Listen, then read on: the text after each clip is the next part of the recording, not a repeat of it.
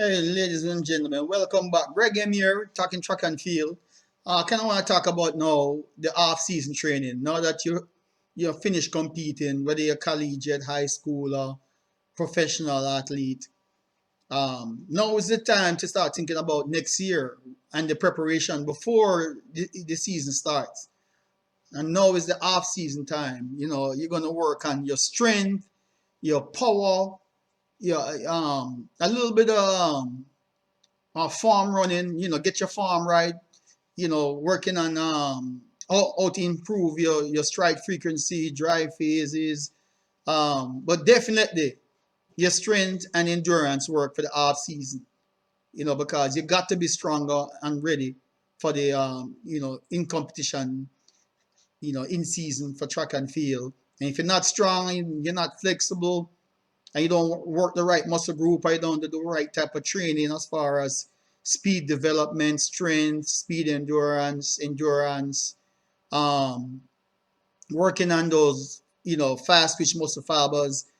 When I was an athlete back in the day, even college, high school and college, I was doing a lot of cross country running, and then come to find out years later from studying a little bit, the training methodology for track and field in my master's degree program in athletic administration and the level one track and field program here in the United States. Sprinters, don't need to be running 5 mile runs, 3 mile runs, and in the off season, all the way up into preseason. Even during the competitive season, you're doing a sprinter is running 500-meter runs and 600-meter runs, and you're doing 15 times 200-meter runs in 23s or 24s or 28 seconds, and you're not doing no sprint specific work. You're not working on no explosiveness, no drive phase, no reaction time out the blocks, no tempo running, no high intensity interval training. And so you're training like a distant runner, and then come in season trying to run 100 meters in 10 seconds, or nowadays even better than that. So I want to cover some things that most athletes need to be thinking about now, as far as the training season, the background out of competition preparation. I'll find this little article here,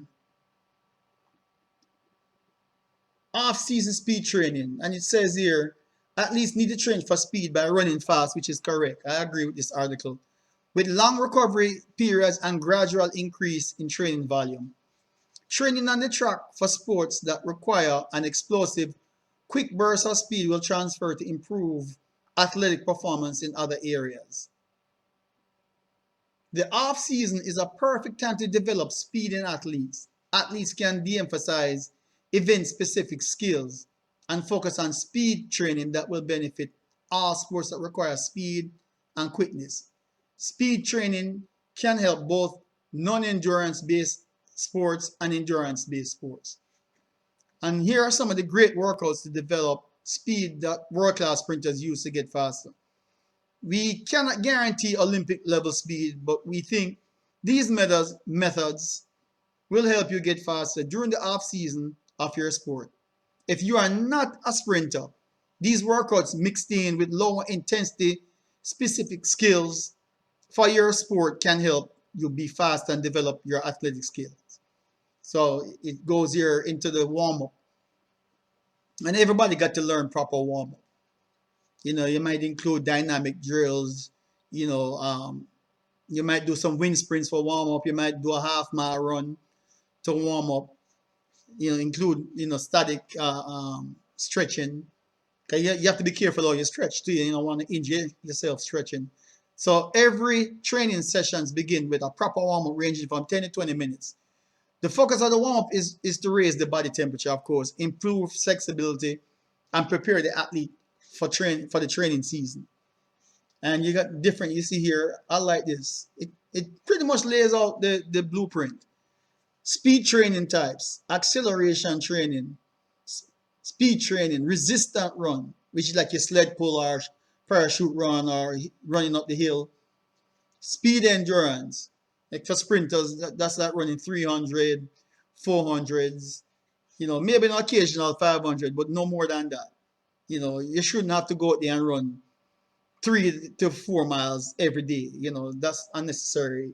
Unless you're a 5,000 meter runner or 1,500 meter, 10,000 meter runner, or marathon runner, you don't need to be worrying about stuff like that. And even them have to do some track work for speed. And then you have acceleration training guidelines. 10 to 30 meters. So you're going to do some farm starts out the blocks, 10 to 30 meters. And you're going to do up to 10 to 15 repetitions of that. You're not exploding out real hard. You just, work on stuff like your set position, working, your proper position in the mark position, your set, getting your hip height right, stuff like that, your angles, your placement of your hands. You can work on stuff like that and then just kind of come out of the blocks of 10 to 30 meters and not real hard, not too explosive. And you do that a number of times, along with some of your other workouts. You have 3 to 8 minute recovery. And then you do 250 to 300 meter total volume. And like I said, sometimes occasional sprinters, especially if you're a 200, 400 meter runner, you can throw a 500 meter, 400 meter run in your practice. But, I don't think you need to do 10 times 500 meters, put it that way. You know what I'm saying? But maybe as a 2-4 guy, if you're a 200 meter, 400 meter sprinter, whether you're a man or a woman sprinter, you can do a couple of, like one of your days, you can do, 3 to 4 500 meter runs. You know what I'm saying? And then when you finish that, you cool down with some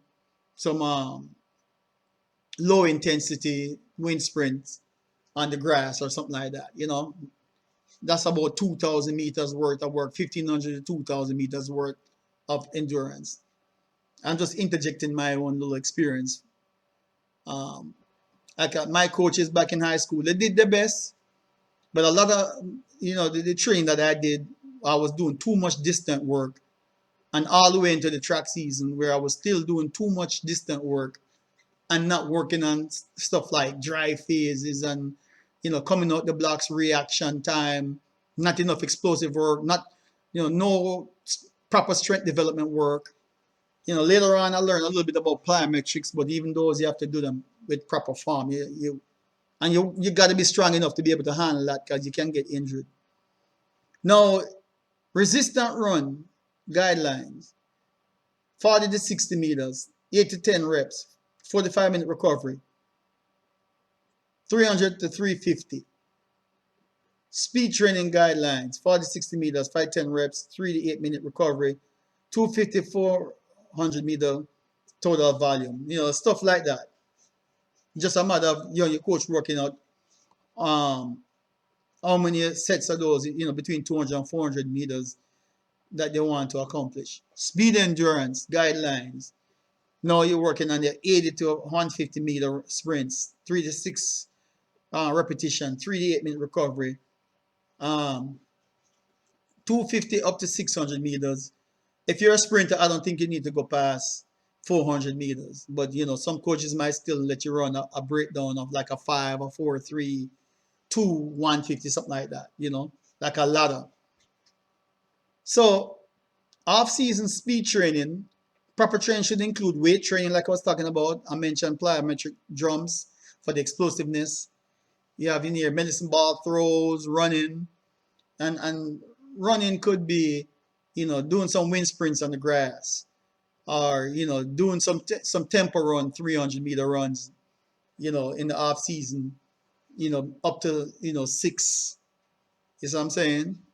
6 times 300 meter runs, starting out above 42 seconds in the off season. And of course, the closer you get to the season, the more you pick up the pace. Acceleration training, speed training, resistant run should be trained in conjunction with explosive movement, such as weights training, plyometric drums, and medicine ball throws.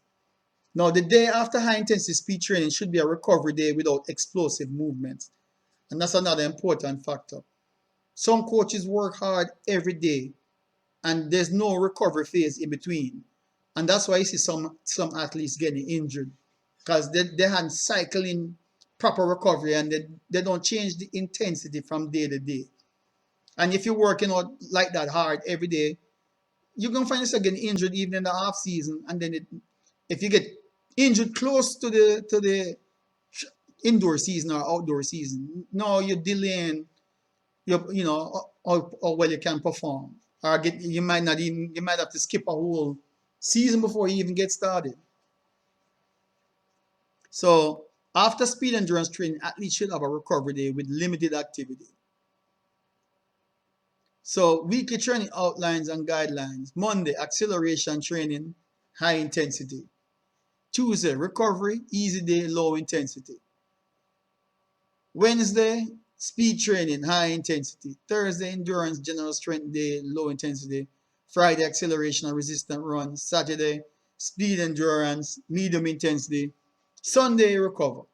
So you see there's different intensities. So you're not working all hard every day. So you and your coach got to sit down and plan out that program and make it specific. If you're a 100, 200-meter runner, and then from a 200-meter to 400-meter runner, and if you're an 800-meter runner, 800 meters now is considered a sprint. Off-season workout, and it gives you a little example here. Week 1, acceleration training, 8 times 30 meter, 3-minute recovery. Day 2, 10 times 100 meters, 70%, 17 to 20 seconds with walk back recovery. Day 3, 5 times 50 meters, 3-minute recovery. Day 4, endurance day. You can do a fartlek, 45-second easy, 15 seconds at 70% intensity for 15 minutes. Or a low intensity workout. You run 50, run for 50 meters, jog 50 meters, run another 50, at about 70%. And you do, 2 sets of that. You know what I'm saying? 2 sets of 3 laps around the track. So you do 3 times running for low intensity, 50 meters, jogging 50 meters, 70% effort, 50 meters, jog, and you do 2 times 400 meters of the track on that. Take a 5 to 8-minute recovery, and then you go again 2 more sets of that. If you understand, if you can picture it in your head. Or you can do something like this, and your coaches should have an idea, especially if they've been coaching for many years and keep studying the sports and keep learning different methodology and techniques and coaching methods to improve, make the adjustments from what worked 1 year to the next. Here's one of my favorite hills, 10 times 30 meters, very good recovery, good for explosiveness, and getting your arm dries and knee up. Day 6, speed endurance, 6 times 100 meter, 50% speed, build up to 10% per 20 meters, walk back recovery. Of course, your rest. And see, these are not, if you notice, nothing in here says 100% effort every day. And then it has a week 2 guideline. You can look at it there. You see that 6 times 20 meters, 6 times 30 meters, and you see the recovery. 10 times 100 meter again. And then day 3, 4 times 60, day 4. And see, this is specific to sprinters because you got to train the muscle. First of all, you got to get it ready with resistant training, weight work to work on your explosiveness, getting your muscle stronger. That way you can handle these type of workouts. So when it comes time to step it up and increase the intensity, your body can handle it. But if you're not doing the weight training and working the right muscle groups too, and try to force your body to run beyond what it's prepared to do or can handle, that would lead to injury, especially when you're not having proper recoveries. Day 5, 8 times 40 meters. Day 6, 5 times 150%, build up to 10% per 20 meters. So you're just gradually building up till you get up to 50% speed. So you're not blasting out from the starting position at competitive race pace. These are stuff that you gradually ease your way into as you get closer to the season. And it goes all the way up to week 3. Take a look at that. I'm going to let you sit there for a minute. And you see, you get the idea, right? And always get with your coaches. You know, I'm not your coach. This is just some things I'm trying to share with you athletes to get you ready for next year. Whether you're a high school, collegiate runner, or a pro person looking for some ideas that, you know, the season didn't go well for you. You might want to make some adjustments. But the pro guys know what to do already. But this is for like you high school guys or collegiate guys that are still struggling, and y'all can do your research online too. It goes up here to week 4.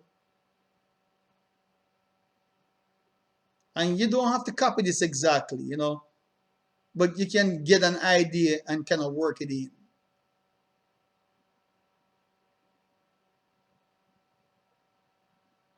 See, this goes up to 6 weeks. And I'm going to leave a link of this so y'all can check it out yourselves. Just trying to help out. I'll make a copy of that so I can paste it in the description box. Training combination. Athletes also need to develop strength, flexibility, coordination, other athletic abilities, as well as event-specific training. And I'm big on event-specific training because, like I said, I trained like a distant runner and was expected to run like a sprinter, and that didn't help me. All this stuff that I learned later on, I realized I wasn't coached properly. High intensity efforts in these activities should be paired with speed training days. Lower intensity with various volumes can be part of the recovery days, depending on the athlete's need and fitness level. And remember, everybody's fitness level is going to be different. Everybody's going to be developed differently. So if one of your partners that you're training with on the track is a little bit stronger and faster than you, don't force yourself. Gradually get up to their level. Because if you're not there in strength and endurance and you're trying to keep up with them, you might find yourself straining too much and then you get injured. Just gradually work at your pace till you get to their level. Common methods to develop other skills may include weight training, plyometrics, jumps, and medicine ball throws. And, you know, you go in the weight room, if you don't have medicine ball, of course, you know, you're going to be doing bench press, you know, incline press, stuff like that, push-ups to work on upper body strength. Rest and recovery. Speed workouts with explosive movement need proper recovery. If an athlete is overbooked with other activities, the workload should be adjusted. Along with other training elements, flexibility, which I believe in, because I think that's what's lacking in a lot of people's program. They don't spend the time to work on flexibility and the weight training. Some people don't, or if they're in the weight room, make sure you have a weight training coach, somebody who's certified in the area, to make sure you do the right muscle groups and do the training correctly. Plyometrics, make sure you have your coach watching you, or watch each other if you know what to do as far as athletes. Make sure you're doing them correctly, and don't attempt plyometrics without doing some weight workout in the weight room. Because if you're not strong and you try to do them and you're not doing them correctly, you can mess with your knees and develop shin splints, stuff like that. Medicine ball throws, again, they love the medicine ball in this workout. The running portion of the off-season program can help develop explosive speed that will carry over to several sports that require anaerobic fitness, such as football, basketball, and volleyball, as well as speed and power events in track. So, you know, there's always cross-training methodologies that some people incorporate in their off-season training. Some people might, you know, a coach might incorporate a little soccer in between, something that, you know, you're not playing too hard and competitive and then get yourself injured. So if you do some kind of cross-training, whether the coach let you play basketball one day a week or some soccer or something like that, you know, be careful because it's outside your regular athletic event, and you don't want to be going at it like you're trying to compete in that sport. It's just a way to break the monotony of your training and still, you know, work some variation of your muscle by working different muscle groups. I'm okay with that in the off season, you know, but don't be doing it hard. Just some easy kicking the ball around, challenge yourself. Basketball, careful, you don't want to have some kind of muscle tear going at it like you're a pro player. Because sometimes, guys, they love other sports and they try to prove that they can be good in any sports and then they get injured, just going too crazy, doing different cross training, in the off season. So that's an article that I wanted to bring to you guys. What y'all think? Y'all with this, y'all agree, disagree? What does your coach do with you guys in the off season that you think is working or not working? And I know for me, I had to learn over the years some of the stuff that now that these athletes work on and the equipment that they have, I never had that. My sled training was pulling a big tractor tire with some makeshift harness tied to the tire. You know what I'm saying? And working on the blocks, the only thing about drive phase was come out the blocks and imagine yourself like an airplane getting ready to take off. No proper drive phase training, no working on the different phases, no proper speed specific work, doing too much over distance as opposed to doing speed specific work, that kind of stuff. No proper weight training, no proper nutrition. Yet I was able to run 10.16 in college, 20.6, and a relay split of 45.9, training like a distant runner with no proper guidance. Just left to my own experience and motivation just to want to do well. Imagine if I had the training and the techniques and everything that these guys have now, the equipment to develop your explosiveness, speed, proper track training workouts to that cycle for this, in season competition. I'd be a way better athlete. Proper recovery. I was working hard too every day. But anyway, I know this video is kind of long. Hopefully you guys will sit through it and check it out. I'm gonna try and include some video covering off-season training that I think is beneficial. Like I say, a lot of these things you can find online yourself. Eventually, I want to maybe add training programs that I think can help you guys. I got to think carefully, mainly for 100 to 400 meter runners for the off season that I'm going to throw in my input as based on what I used to do and what I've learned through studying the sport. Anyway, that's it for now. Until next time, we'll go over some more training methodology for track and field off season training programs. All right, so that's it.